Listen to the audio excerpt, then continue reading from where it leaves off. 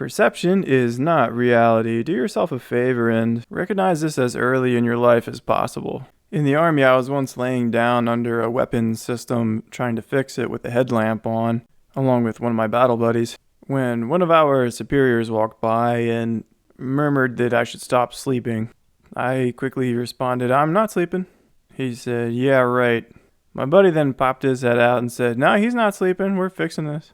Feeling a little embarrassed by his mistake, that's when he explained that for some people, perception is reality. I had a science teacher in high school. This reminded me of him. His name was Mr. Walker, Keith Walker, I think.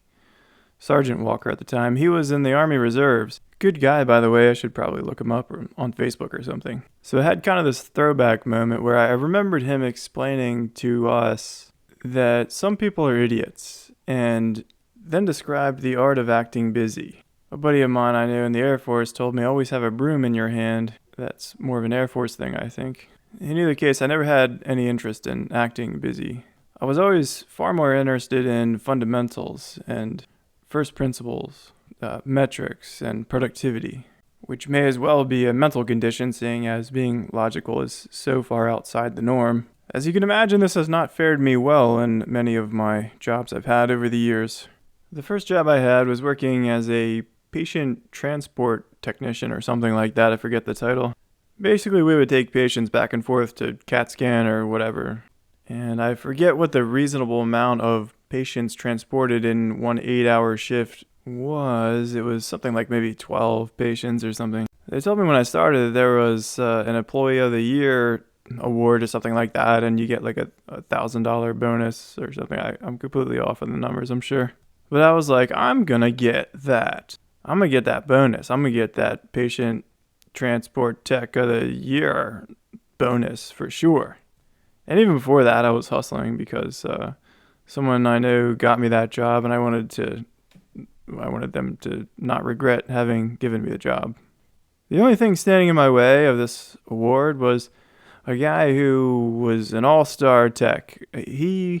His numbers were high. They were like, forget about it. You're never going to beat his numbers. He's averaging like 24 patients a day or something like that.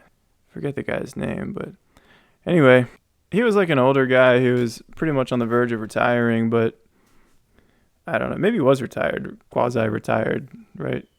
But like he was a Marine back in the day, or I guess once a Marine, always a Marine.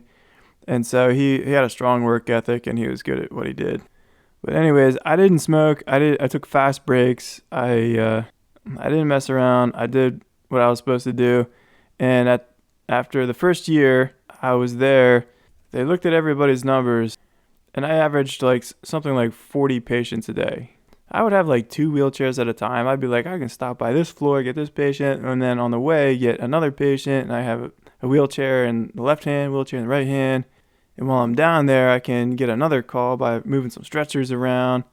And honestly, I forget. I don't remember how many calls I attended to in a day. Maybe it wasn't 40, but I was about 3 or 4 times more productive than the average employee. But I got paid the same, which is fine. The point is, I was saving them a lot of money. I was 3 employees for the price of 1. So then the time came for them to announce the Employee of the Year.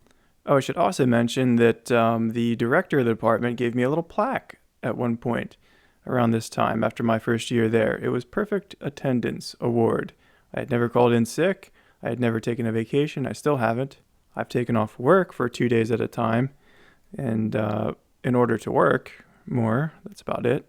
I've traveled in order to work, but I digress. At the time, so I had never used any of my vacation days or sick days. I arrived early, I left late, and the Employee of the Year award goes to the supervisor, Steve's friend, Sean or Joe or something, I forget his name. A guy who tended to about 5 or 6 tasks a day. So in the midst of all I was doing, something I was not doing was I was not hanging out in the smoking area with the other employees. I was not hanging out in the employee lounge. I didn't play video games. I didn't go to anyone's video game parties or their houses to play whatever the Madden, I think, was the game at the time. And I didn't go to the bar after work. So when the boss gave his friend the Employee of the Year bonus, that's when I said, Aha. I see how this goes. I see how life works. Life is not just a matter of hard work. You also need the civil affairs skills. Something I still don't bother myself with now, not nearly as much as I should. So not only was I not rewarded for doing a good job, I was clearly punished as I got the hardest assignments. I was moved to another shift where it was a busier time of day. I was punished for doing a good job. And this has happened to me at many other jobs throughout my life. However, not in the Army. I was fortunate enough to have gotten good advice by my recruiter, who told me, don't be a hero. Just be the gray man. Do what you need to do. Don't try and stand out and be a stud. I took his advice and life was fine, although I did notice other people who were always trying to impress the leadership, and all they got themselves into was more work and the same paycheck I got. Anyway, I digress. There are way too many caveats to go down that road. Yes, hard work pays off in some contexts. The point is that for most people, perception is reality, and don't be one of those people. I take rather obsessive notes every 45 minutes. I stop what I'm doing and take a note, which used to be on a notepad, although since the advent of the smartphone, it is now on a smartphone. Naturally, people think that I'm texting all the time. No one seems to ask themselves how productive I'm being. You may tell a joke to a subordinate that isn't funny at all, and after they fail to give you a courtesy laugh, you may be tempted to walk away shaking your head, saying, well, they don't have a sense of humor. Someone may not agree with your views and you'll think them an idiot. My friends, perception is not reality. And part of growing up is learning not to be bothered by others. I'm weird. I'm a strange person. I don't act the way other people act, as much as I want to and as much as I try. This is incredibly bothersome to a lot of people. For as long as I can remember, I've received nothing but criticism. Few people bother to say, look at how productive I've been in life or am being, or my bank account, or the cleanliness of my house, or really any measurable performance.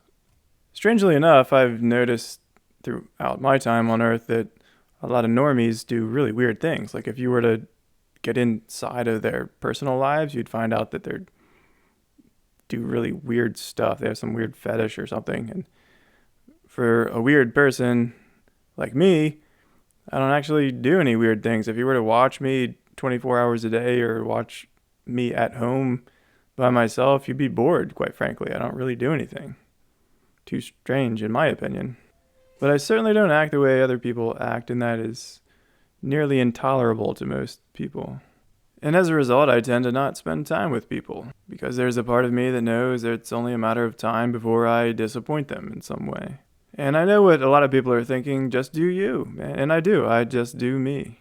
And there are some who say, well, you shouldn't care what other people think. And there I disagree. I do care what other people think, and I think I should. I don't usually change my behavior because of it.